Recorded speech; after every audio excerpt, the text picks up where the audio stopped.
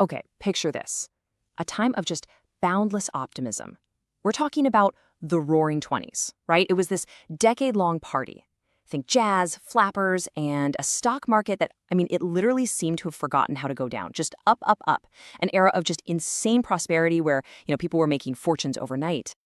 And that was the core belief, right? The mantra of the time was, hey, the old rules of economics, they don't apply anymore. This new era of wealth, it's here to stay. It was this incredibly seductive, powerful illusion. So, sound familiar at all? Yeah, this moment in history, it echoes our own in some pretty striking ways. And as we go through this, you might get a serious sense of deja vu. So let's just dive right in. We're going to be drawing from Andrew Ross Sorkin's amazing book, 1929. And I want to be clear, we're not just looking at some dusty old financial charts here. No, this is a human story.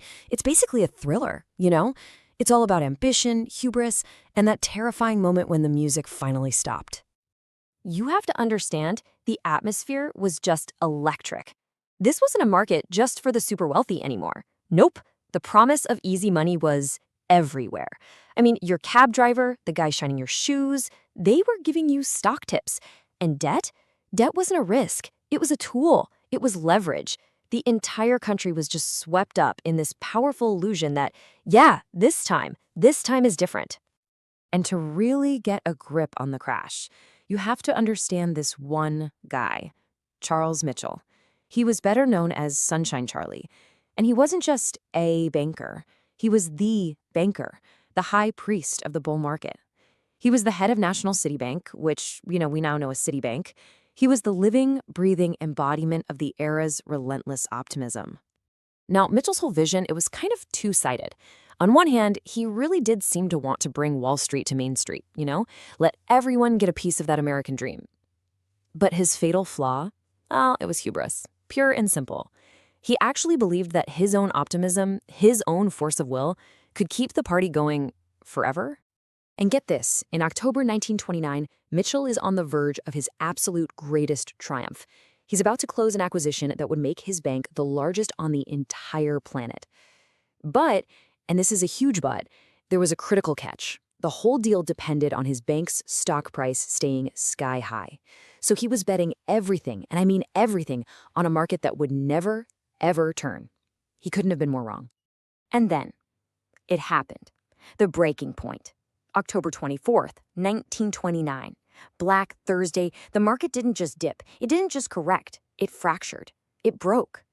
All that confidence that had fueled a decade of insane growth, poof, gone. It evaporated in a matter of hours. Sorkin's description of the stock exchange floor is just chilling. He says it wasn't a place of business anymore. It was a riot. Just try to imagine the sound. We're not talking about digital alerts and tickers on a screen. No, this was the raw, primal, panicked roar of thousands of men watching their entire lives and the lives of millions of others just vanish into thin air. So what does Sunshine Charlie do in the middle of all this chaos? Does he run? Nope. He fights. In this incredibly desperate attempt to stop the bleeding, to save his big deal, he orders his bank to start buying its own stock. A staggering 71,000 shares. He literally tried to single-handedly hold back the tide. You could almost see it as this heroic gesture, right? But it was born of pure desperation. He thought he was saving the market, being the hero. What he was really doing was just making sure that he and his bank would go down with the ship. We often hear the story of the crash told through numbers, right? Big abstract figures and the powerful men who lost them. But what Sorkin does so well is remind us that the true cost, that was measured in human lives. The dream didn't just die on the trading floor. It died on the streets of New York City. So while these titans of finance like Mitchell were fighting their big battles in boardrooms, everyday people, the ones who bet their life savings on that permanently high plateau, they were facing a much, much starker reality. For them, those numbers on the ticker tape weren't just numbers. They were their homes, their futures, their kids' educations. And it all vanished in an instant. And there's this one detail from the book that is just absolutely haunting.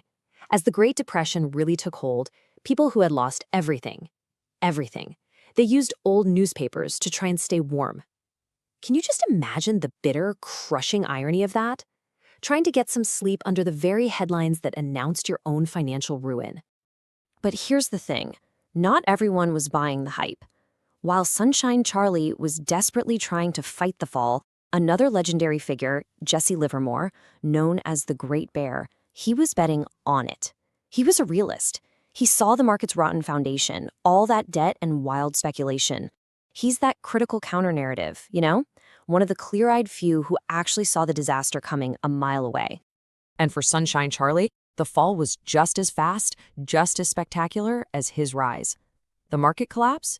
It completely killed his deal. Those 71,000 shares he bought, they became a giant, crushing monument to his failure.